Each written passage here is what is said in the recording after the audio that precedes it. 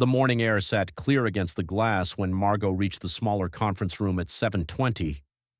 The city had not shaken itself fully awake. Lights flickered in pockets like thoughts finding their shape.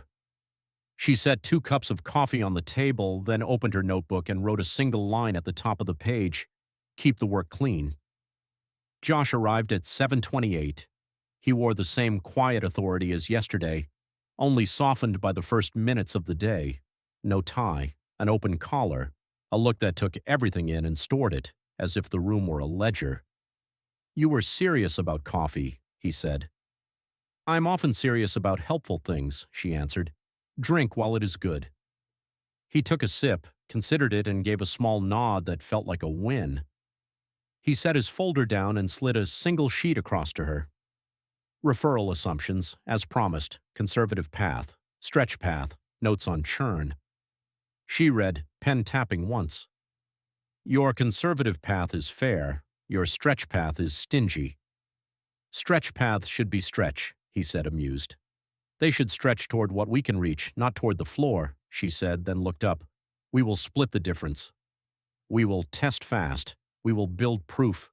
"Agreed," he said, and the word landed like a smooth stone. They stood by the window with the city at their feet and wrote a joint brief. They tuned verbs until each did its job. They cut anything that sounded like decoration. They drew a single story that numbers and narrative could carry together. At some point, his sleeve brushed her wrist. It was not an accident. It was not a plan, either. It was a reminder that they were not only careers and charts. Heat moved, steady and unhurried, like a tide that knew its schedule. When the brief settled into place, Josh closed his folder. "We should schedule boundaries," he said, a practical tone that did nothing to cool the air. "There is attraction here." She could have played polite. She did not. "There is." "We work together," he said. "I do not want to make mistakes that cost either of us the respect we have built." "Good," she said, and watched his mouth ease, just a little. "Here is my proposal. We keep hands and mouths to ourselves until the board signs off on the launch plan. We do not test the line. We do not pretend to be weak. We wait, and then we see." He took a slow breath, as if her words had a weight he liked. "Clear," he said. "Hard rule. No near misses, no accidents." Her laugh came out low. "You noticed the near misses." "I notice many things," he said. "Then notice this," she replied. "I do not mix work and confusion. I enjoy clarity. I want what I want, and I take care with it." He held her gaze. "So do I." They stood there for a beat, steady and aware. The door to the wider session opened across the floor, voices gathering like current. She slid the brief into a shared folder and turned toward the room. "Ready?" she said. "Always," he answered, and the mirror of her word felt like a promise. The working session ran without noise. Strategy met numbers and did not fight. Questions rose and fell.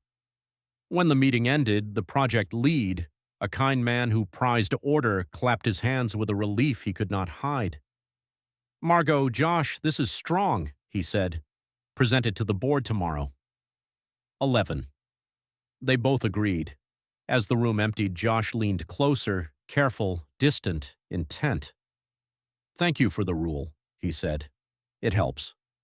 "Structure gives freedom," she said. "Then we are very free," he replied, almost smiling. She walked back to her floor with a light step and a mind that refused to be sentimental. She was not here to braid a personal story into a project. She was here to build something that would stand. She told herself that again, then again. Her phone buzzed. A text from Kara. "Coffee tonight." "Tell me everything you are not doing," Margot typed back. "Everything I am not doing is a list that keeps me safe." Then she deleted the last sentence and wrote, 8. My place. Bring the earrings. By late afternoon, the board invite arrived. She drafted the narrative. He tuned the figures. At 5, she looked up and saw the sky leaning toward gold. She sent him the final draft with a simple note: clean, true, ready. He answered with one word, perfect. She closed her laptop and sat very still, smiling at a word she did not expect him to use. Then she stood, gathered her things, and headed toward an evening that promised laughter, earrings, and exactly 0 mistakes.